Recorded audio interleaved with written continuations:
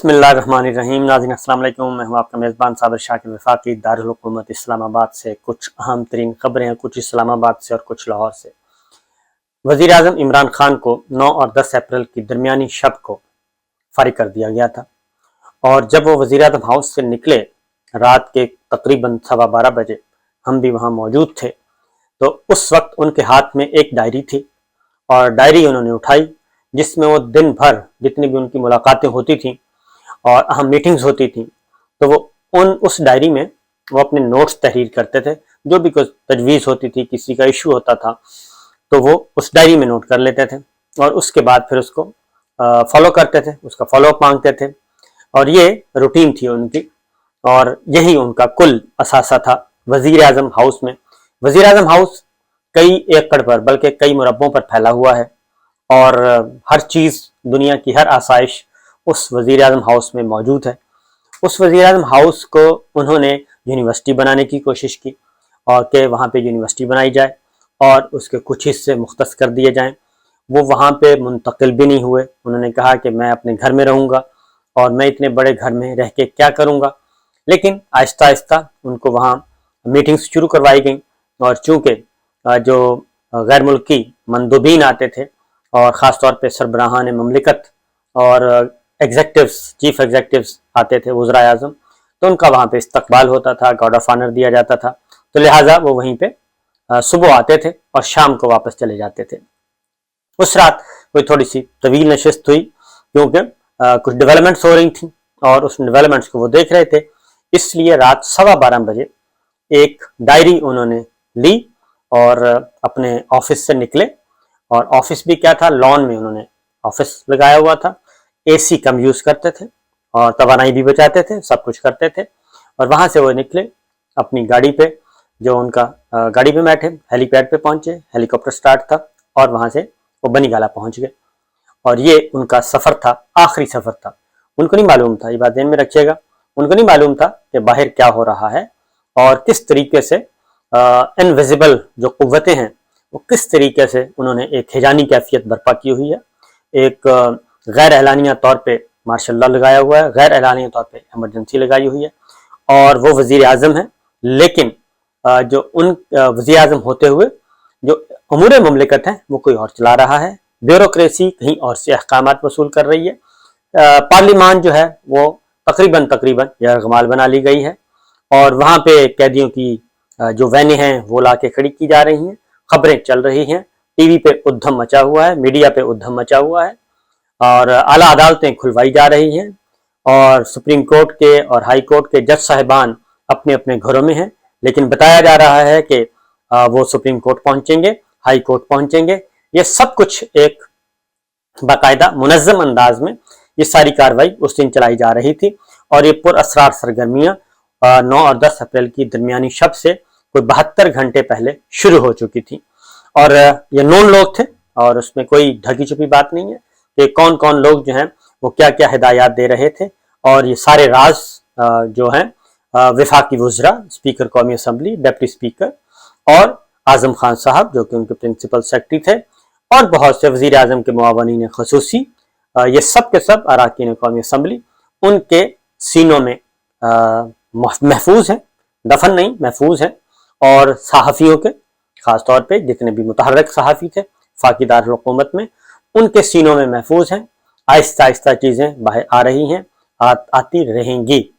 تو یہ کل کائنات تھی، اور بتایا جاتا تھا کہ عمران خان صاحب کے دور میں کہ اعظم خان صاحب نے یہ کر دیا، اور ہم بھی متاثر ہو جاتے تھے، اور خاص طور پہ عثمان بزدار صاحب نے یہ کر دیا۔ وزیر اعلیٰ پنجاب عثمان بزدار جو ہیں، وہاں پہ کرپشن کی فیکٹریاں لگی ہوئی ہیں، عہدے بک رہے ہیں، ڈپٹی کمشنر کا یہ ریٹ ہے، اور ڈی پی او کا یہ ریٹ ہے، کمشنر کا یہ ریٹ ہے، اور لٹ کے کھا گئے، مار کے کھا گئے۔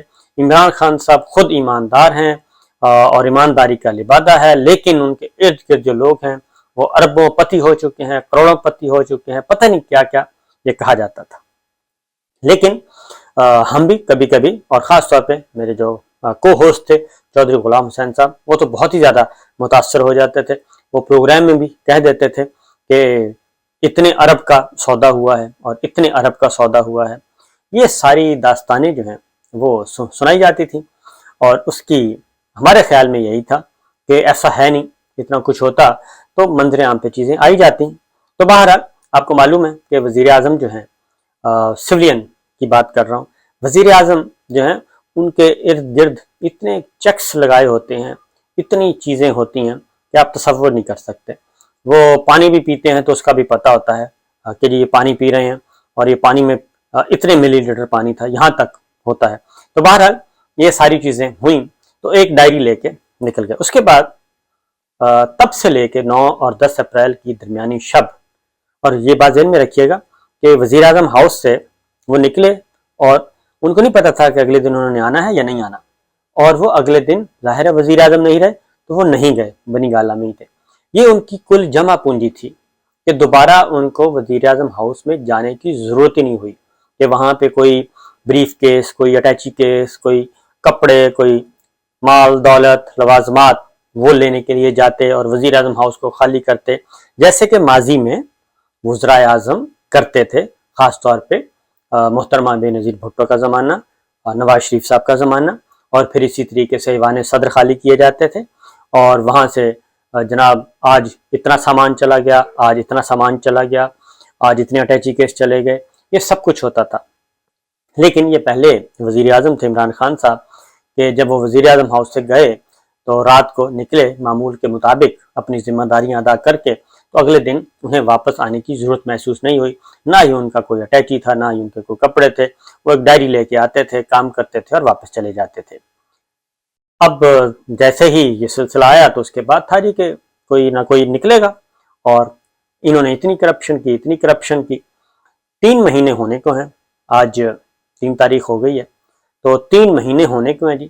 3 مہینوں کے دوران ابھی تک کوئی ایسی سالڈ چیز نہیں ملی کہ جس کے بارے میں کہا جائے کہ جی یہ پکڑا گیا اور وہ پکڑا گیا۔ عثمان بزدار صاحب سب سے زیادہ تو ان پہ تھا کہ وہ بہت زیادہ مال کما رہے۔ عثمان بزدار صاحب پہ ایک مقدمہ اب تک بنا ہے، اور وہ بھی میرا خیال ہے کہ بنانے والوں کو بھی شرمندگی ہو رہی ہوگی۔ 1986 کا، جب ان کی عمر چند برس تھی، 1986 آج سے 22 اور 10 32 اور 4 36 سال پہلے کا مقدمہ، جب ان کی عمر چند برس تھی، اینٹی کرپشن پنجاب نے بنایا ہے، اور اس کے علاوہ کچھ نہیں بن سکا۔ ایک اور کریکٹر ہیں، اور وہ ہمیں بھی بتایا جاتا تھا کہ فرا گوگی، فرا خان، فرا گجر، احسن سلیم گجر، تو اب وہ ایک کریکٹر ہیں ایسے بچے ہوئے ہیں جی کہ ان پہ ذرا نظر ہے۔ اب بنیادی بات یہ ہے کہ اگر انہوں نے کوئی کرپشن کی ہے تو ان کو بھی پکڑیں، گورنمنٹ ہے آپ کی، ان کے ریڈ وارنٹ ایشو کریں، ان کو گرفتار کریں، ان کو جیل میں ڈالیں، ان کو پکڑیں اور ان کو لے کے آئیں۔ لیکن اب تک کیا ہوا ہے؟ اب تک ایک تو فرا فرا فرا فرا گوگی گوگی گوگی گوگی، بس یہ ہے جی، اور اس کے علاوہ کچھ نہیں ہے۔ اور خاص طور پہ پھر کہا گیا جی توشہ خانہ، اب توشہ خانہ میں بھی کچھ نہیں ملا، کیونکہ وہ توشہ خانہ الٹا گلے پڑ گیا، وہ بلاول بھٹو صاحب کے بھی اور شہباز شریف صاحب کے بھی اور باقیوں کے بھی۔ وہ ابو ذر سلمان جو ہیں نیازی صاحب ایڈوکیٹ، انہوں نے ایک نئی مصیبت ڈال دی ہے، وہ ایک آ گئی ہے ڈیٹیل، مزید آنی ہے۔ یہ ہو گیا ہے اب تک جتنے بھی ان پہ جو ایک ریفرنس بھیجا گیا ہے عمران خان صاحب پہ۔ پھر آ گیا جی ملک ریاض صاحب کا معاملہ آ گیا، وہ ایک آڈیو لیک کی گئی، وہ ختم ہوئی، اس میں پلے کچھ نہیں رہا تھا، پھر دوسری آئی، وہ ختم ہو گئی، اور پھر مقابلے میں یہ ہوا کہ جی پھر مریم نواز صاحبہ کی بھی ہے وہ نیب والی، یہ سارا، اور نیب والی جو ہے وہ ابھی تک آئی نہیں، لیکن آ جائے گی میرا خیال ہے۔ تو یہ سلسلہ چل رہا ہے، اب تک کوئی ایسا مقدمہ، کوئی ایسا کیس نہیں ملا۔ اب جو ریفرنس بھیجا گیا ہے وہ ہے جی توشہ خانہ ریفرنس، اور یہ بھی بھیجا ہے اسپیکر قومی اسمبلی کو ڈسکوالیفیکیشن کے لیے۔ اب پہلی بات ہے کہ وہ رکن قومی اسمبلی نہیں ہیں، استعفیٰ دے چکے ہیں، اور اسپیکر ہیں جناب راجہ پرویز اشرف صاحب، اور 30 دن کے اندر اندر انہوں نے فیصلہ کرنا ہے، پھر وہ جائے گا الیکشن کمیشن آف پاکستان کے پاس، پھر وہ ڈسکوالیفائی کریں گے۔ تو یہ ایک نیا سلسلہ پریشرائز کرنے کا۔ اب ایک نئی آڈیو آ گئی ہے، نئی آڈیو جی وہ مبینہ طور پہ وہ کہتے ہیں بشرا بی بی اور ارسلان خالد کی ہے۔ وہ بشرا بی بی کی اوریجنل آواز جو ہے وہ ندیم ملک صاحب کا انٹرویو تھا اس میں آ گئی ہے، اور ادھر جو آڈیو میں تھی وہ بھی آ گئی ہے، وہ میچ نہیں کر رہی، وہ ملک ملک ملک کر رہی ہیں، وہ ملک بولتے ہیں، یہ اور بھی بہت ساری چیزیں ہیں۔